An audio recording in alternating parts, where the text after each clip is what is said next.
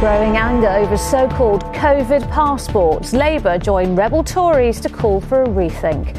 The Prime Minister says they may have a role, but those who could be asked to enforce it question how it will work. And the bottom line is our businesses don't want to be in the front line of policing this. And certainly we would have concerns about putting our staff, 60% of whom are 18 to 24, on the front line. Also this lunchtime, the Oxford jab under review by the UK regulator over blood clot concerns. Mental health hubs to open in England to help thousands of new, expectant and bereaved mothers. And last year, Captain Tom inspired us all and filled the world with hope. After Captain Sir Tom Moore's great achievement, how we can follow in his fundraising footsteps with our own 100 challenge for charity.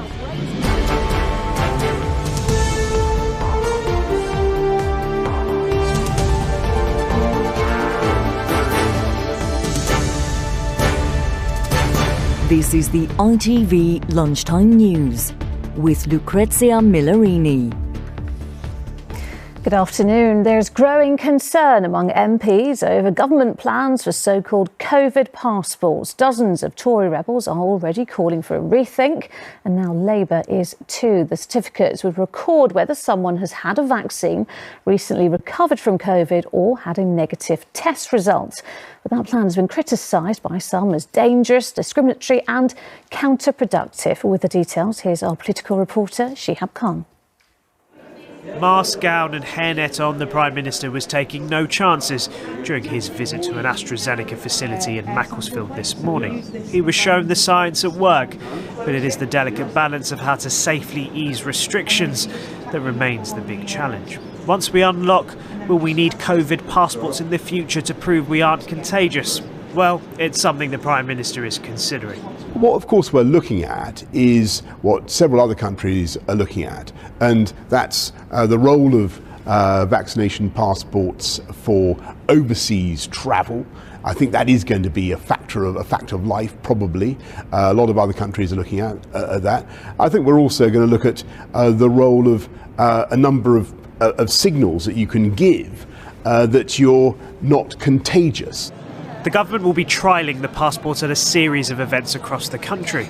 They could be a way of potentially reopening things like football matches or concerts, but the plans are not finalised. There are, however, concerns about the impact of applying the passports to the hospitality sector. The key concern is around how can they police this, the cost of policing it, and the implications of policing it when you've got a significant minority of customers who are opposed to this themselves. Bottom line is our businesses don't want to be in the front line of policing this, and certainly we would have concerns about putting our staff, 60% of whom are 18 to 24, on the front line. A group of MPs on the government's own backbenches have been critical about the idea, and the Labour Party have also raised concerns. They say further details are needed and have not yet confirmed how they would vote if it was tabled in the Commons. I think it is discriminatory to ask somebody to present a digital ID card, which is a vaccine passport. Many people will have been led to believe that as we gradually ease out of lockdown, we're going back to some form of normal life. That's what Boris Johnson promised us. As the government continues to unlock, there are concerns about a potential third wave, especially given the situation in Europe. Getting the right balance between keeping us safe and easing restrictions will be the main priority. Shihab Khan, ITV News, Westminster. A senior official at the EU's medicine regulator says that there is a link between the Oxford AstraZeneca vaccine and rare blood clots. So he made the comments in an Italian newspaper. Here, the medicines regulator, the MHRA, is currently looking again at the issue. Several countries, including France, have limited its use in younger people. Joining me now is our science editor, Tom Clark. So, Tom, just what are the facts on all this? Well, the most important thing, I think, at this stage, we don't have the facts. We don't have the details we would need. Those are going to come from our regulator, which, as you say, is continuing its ongoing review of this issue into blood clots. I think it's fair to say, since concerns first emerged, we've sort of defined the problem more clearly. It seems to be a potential link to very rare blood clots in potentially younger people. Because they're so rare, it takes time to gather the evidence, and that's what's been going on. one of the reasons it's so important not to speculate about what might be happening is there is so much at risk here. Firstly, look at if there was a link between the vaccine and blood clots in younger people, as far as the data we have got so far shows, that risk is still a lot lower than the risk of dying of COVID, even if you're a young person. So that's the difficult balance they're calculating. But also, the continuing stories in the EU and now here in the UK about any potential problems, even if it is a very rare blood clot to do with a vaccine that's saving so many lives. If we communicate this wrongly, or if the wrong messages get out there about the vaccine, thousands of people could actually die from COVID because of not having had this vaccine that otherwise, would have been saved by it. So it's a really important, delicate time. And I think we're waiting, hopefully later today, possibly tomorrow, for an update from both European and UK regulators. OK, so we're waiting for that. But there is some other news on 2 other vaccines. That's right. So we've had some really good news today on a whole virus vaccine made by Valneva up in Scotland. It's a French company, but it's sort of going to be trialled in the UK. Really promising data on that, showing good protection. So that would be great. Probably not coming till next year, though. But better still, by the end of April, we should be getting the first dose of the Moderna vaccine. So that gives us another several million doses that we can put into the vaccine rollout programme. All right, Tom, thank you.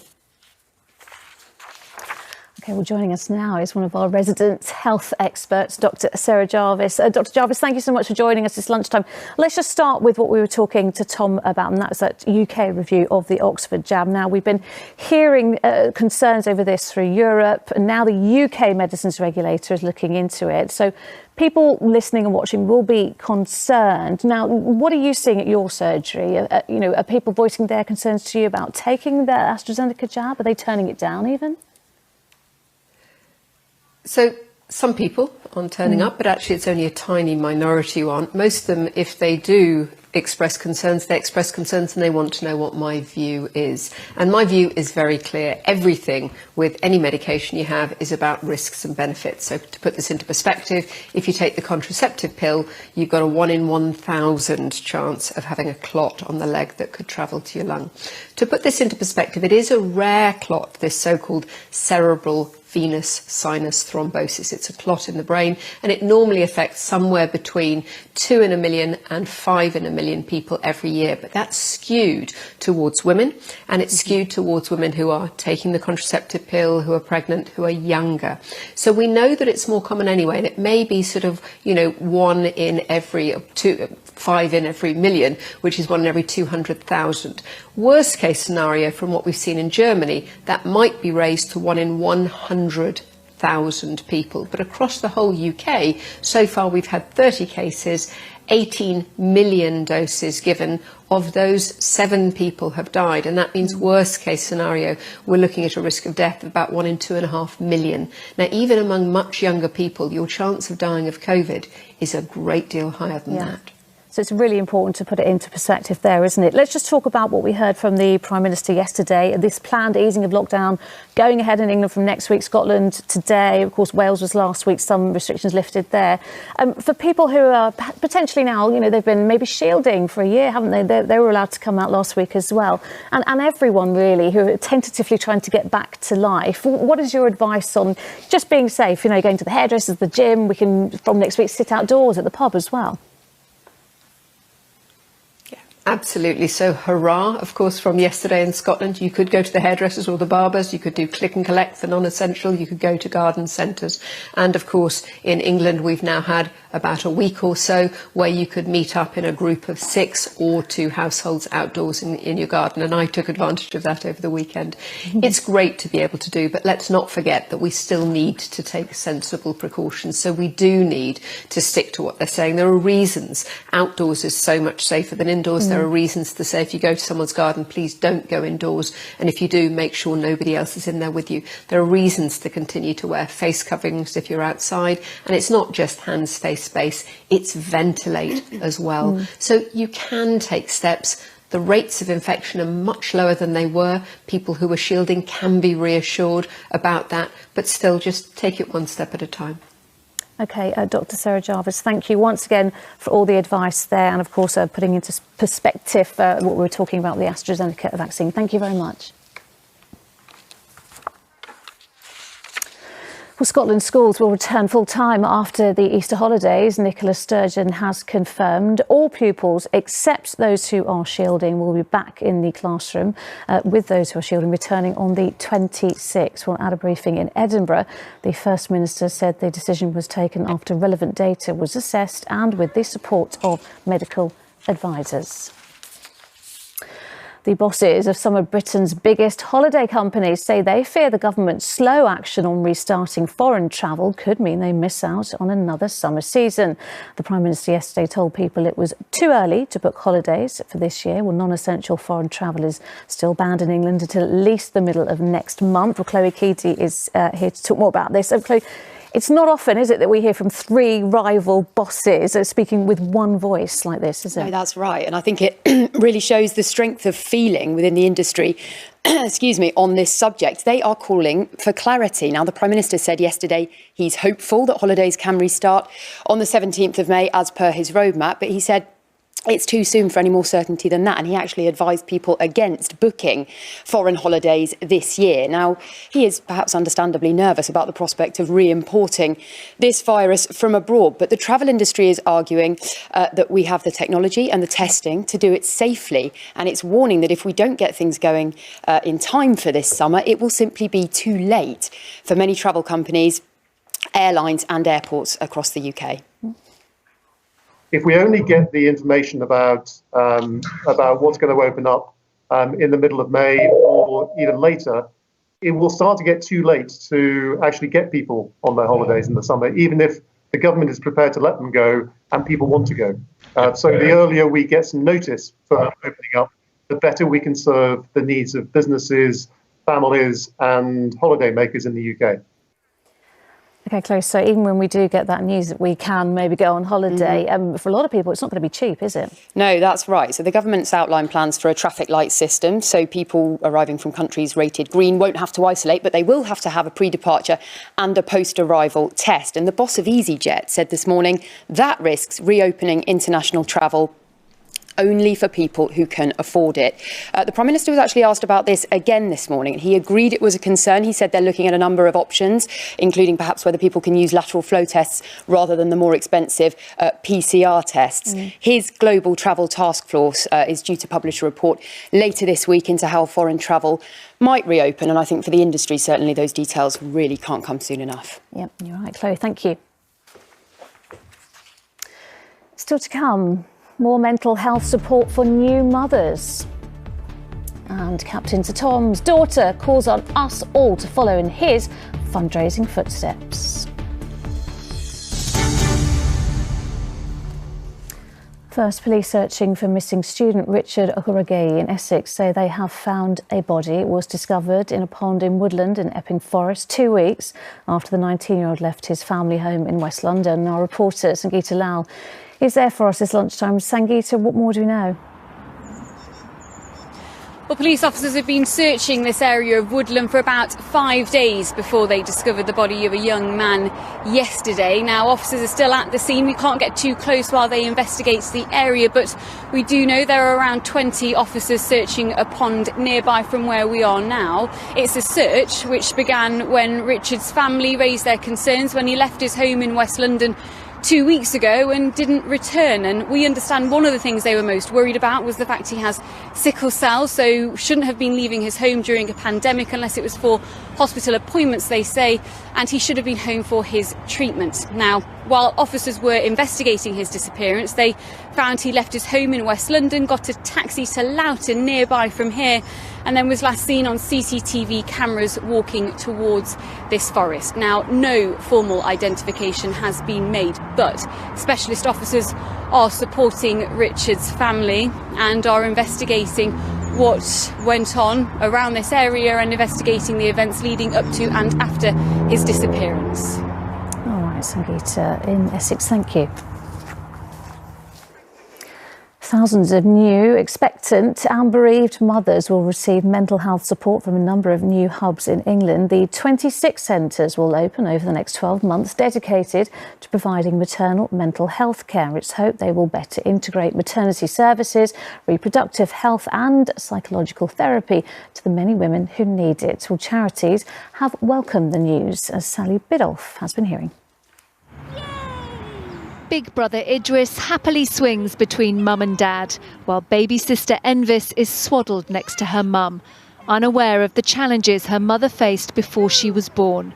Lizzie suffered a miscarriage after her first baby, leaving her traumatised and anxious. Everything started to panic me about having a miscarriage, especially after I hit 20 weeks. I then started, I knew that I was in the safe zone of my pregnancy, but I then started panicking about crashing my car or getting hit by something, or something stress would cause me to miscarry. Lizzie sought specialist maternal therapy. It was difficult, but she says it made her more positive and calmer. Now that kind of care will be available to any woman who needs it. Maternal mental health services is about perinatal trauma. So it could be miscarriage, it could be birth trauma, it could be having experienced a stillbirth or having to terminate due to a fetal medicine problem. In the 12 months to April last year, 30,000 pregnant women and new mums were seen by mental health community services. Now, 26 new maternal mental health hubs are being set up across England to bring maternity care, reproductive health and psychological therapy all under one roof. Around 6,000 women will receive treatment before and after birth. I think it's a really positive move that it's happening now, and it really does sort of recognise that for women, particularly within that sort of 1,001 days after the birth of their baby, support is available for them. There we go. At just a month old, it's hoped when Envis has kids of her own, any stigma around maternal mental health will be history, with schemes like this paving the way for real change. Sally Biddulph, ITV News. And if you want help or advice, there are details of people you can speak to on our website, itv.com/news. Fashion chain Peacocks has been rescued from administration following its collapse last year. It's hoped the deal will save its 2,000 jobs and half of its 400 stores, which hope to reopen once lockdown restrictions have ended. Actor Paul Ritter, who starred in TV series including Friday Night Dinner and Chernobyl, has died following a brain tumour at the age of 54. His agent confirmed the news, saying he died peacefully at home, surrounded by his family. And large parts of the UK have been hit with freezing temperatures, with tonight set to be the coldest this week. So far, areas of northern and central Scotland have been the worst affected, with temperatures well below zero. Forecasters say nowhere will be immune from some sleet and snow. And finally, while we might not all have the same drive as Captain Sir Tom Moore, his family say together we can achieve what he did. To mark what would have been his 101st birthday, they're encouraging people to celebrate his spirit of generosity by taking on their own charity challenge. Last year, Captain Tom inspired us all and filled the world with hope. From the 30th of April to the 3rd of May, Captain Tom's legacy will shine bright. So whatever you can do it 100 times and help raise money for charity. His daughter Hannah Ingram Moore is urging people to create their own challenge themed around the number 100 to raise money for the Captain Tom Foundation or a charity of their choice. I spoke to her earlier and I started by asking her about the event. And this celebration around what would have been my father's 101st birthday, he was totally part of it. We were always planning for it to be a fundraising birthday. And of course, the sad thing is he won't be with us. But what he leaves us is that lasting legacy of hope. And this challenge is for anyone, whoever you are, to pick up the number 100 and create your own challenge around it and raise money for charity, support the Captain Tom Foundation or any charity of your choice, but have fun.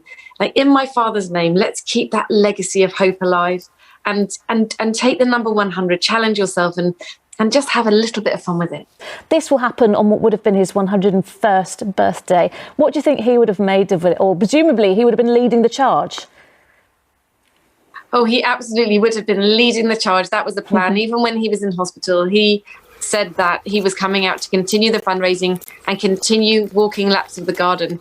He would have loved it. I think the most exciting thing for us is throwing the challenge out in my father's name, throwing the challenge out with hope and positivity, and saying to people to pick it up, do 100 anything. You don't have to be an athlete. You can be anything. Maybe 100 sandcastles, maybe 100 Victoria sponges, which my father would have loved, but 100 anythings.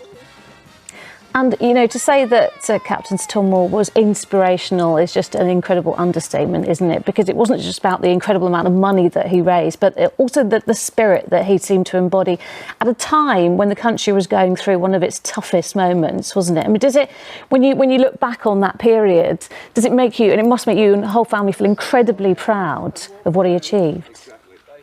Yeah, and I think it absolutely does. And the thing to really remember is we're just an ordinary family. We're just like everybody else. We willingly shared him with the world, and we willingly share this incredible, powerful legacy of hope that he's left us. It was an extraordinary thing, and he felt very proud to be part of this multicultural modern Britain. He really did. And he recognised that he became a beacon of hope, but he never, it never went to his head. No, it really didn't, did it? And do you think this is something that the foundation would like to continue in the future, so making it an annual event? Well, it's really interesting, isn't it? None of these things that had been really planned, and even this, you know, we wanted to celebrate his birthday, but we had never planned any of it, as you know. So I think it's time for us to start thinking about what the future holds and start to think about what maintaining the integrity of his legacy means. The foundation represents causes very close to his and our heart, and we will continue to support those causes for the future. Well, listen, Hannah, what a wonderful thing that will be happening, as I said, on that bank holiday weekend, the first bank holiday weekend in May. And what a great way as well to celebrate Captain Stonewall, everything he achieved and, of course, his legacy. Hannah, thank you. Thank you very much. Oh, Captain Stonewall's daughter Hannah speaking to me earlier. And what a way to end. Mary is here with the ITV Evening News at 6:30. The news where you are follows the national weather. But from everyone here on the Lunchtime team, bye-bye.